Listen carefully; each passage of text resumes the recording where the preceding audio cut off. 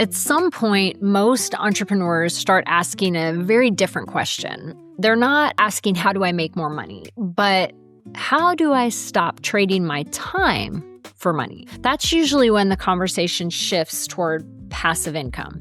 And two of the most common strategies come up again and again: real estate syndications and dividend-producing stock portfolios. Both can generate income. Both can build wealth. But they're very different experiences, and choosing the wrong one for your personality can be just as costly as choosing the wrong one for your portfolio. Before we go any further, I'm Jennifer Taylor, Senior Partner at E3 Wealth. I work with clients to turn complex financial decisions into a clear, coordinated plan so they can build a strong financial foundation and move forward with confidence. Now, let's get started.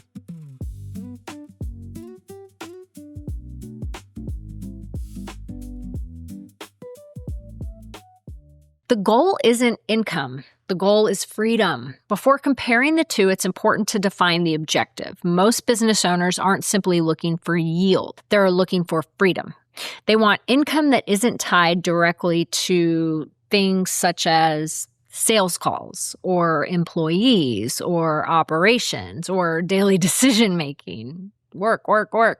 The challenge is that not all passive income is created equal. Different assets create different experiences. So a side-by-side example. Let's imagine two investors each have $1 million to deploy. Investor A allocates the capital into a diversified portfolio of dividend-paying stocks. Investor B invests in several professionally managed real estate syndications. Both are seeking cash flow, long-term growth, and reduce dependence on active work. But what happens next looks very different: how dividend portfolios generate income. Dividend stocks are straightforward. You own shares of companies that distribute a portion of their profits to shareholders. The benefits are easy to understand.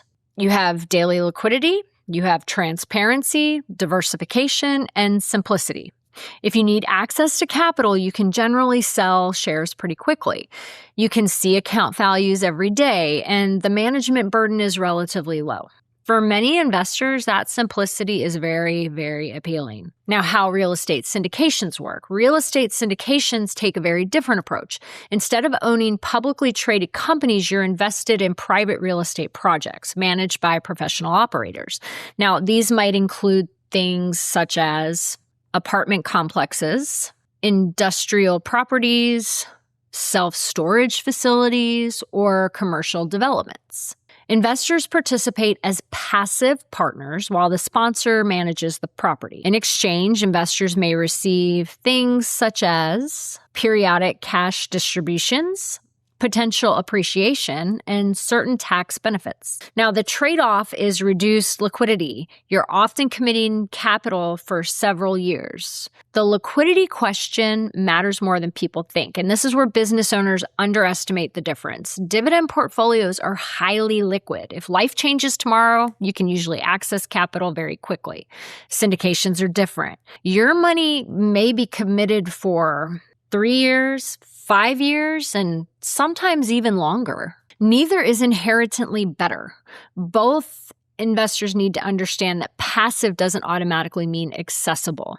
Taxes can change the equation. One reason many investors are attracted to syndications now is tax treatment.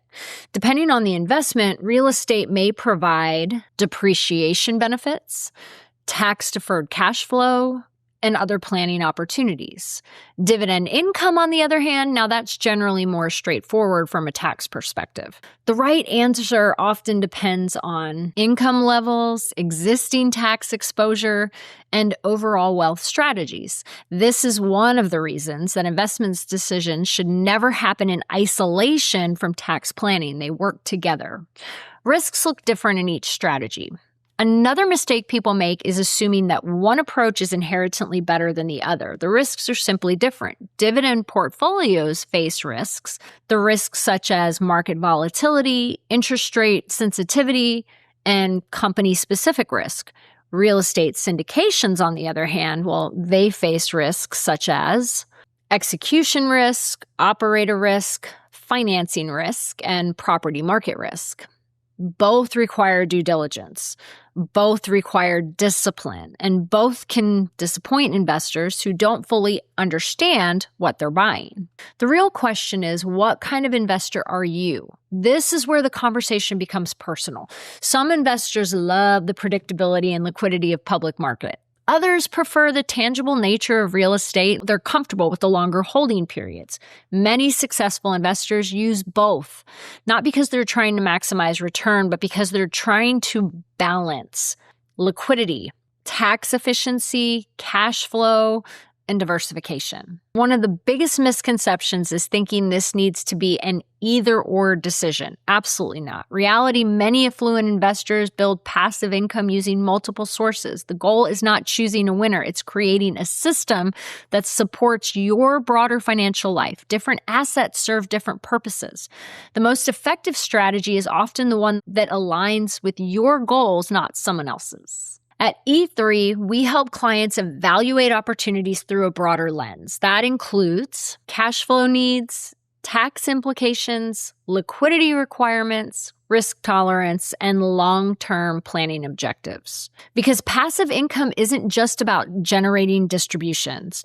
It's about creating flexibility and confidence over time. This discussion is especially relevant for business owners, real estate investors, executives, and individuals seeking greater financial independence, particularly those who have accumulated capital and are looking to transition from active income toward more passive sources of wealth, less work. Real estate syndications and dividend portfolios can both play valuable roles in wealth and in a wealth strategy. The better question isn't which one is best. The real question is which one is best to support the life that I'm trying to build. Because true passive freedom is not determined by an asset class. It's determined by whether your investments create the flexibility, income, and confidence that you're actually looking for. If you'd like help evaluating how different passive income strategies fit into your broader financial plan, schedule a conversation with our team below. We help investors think differently about wealth and how to make it work for them,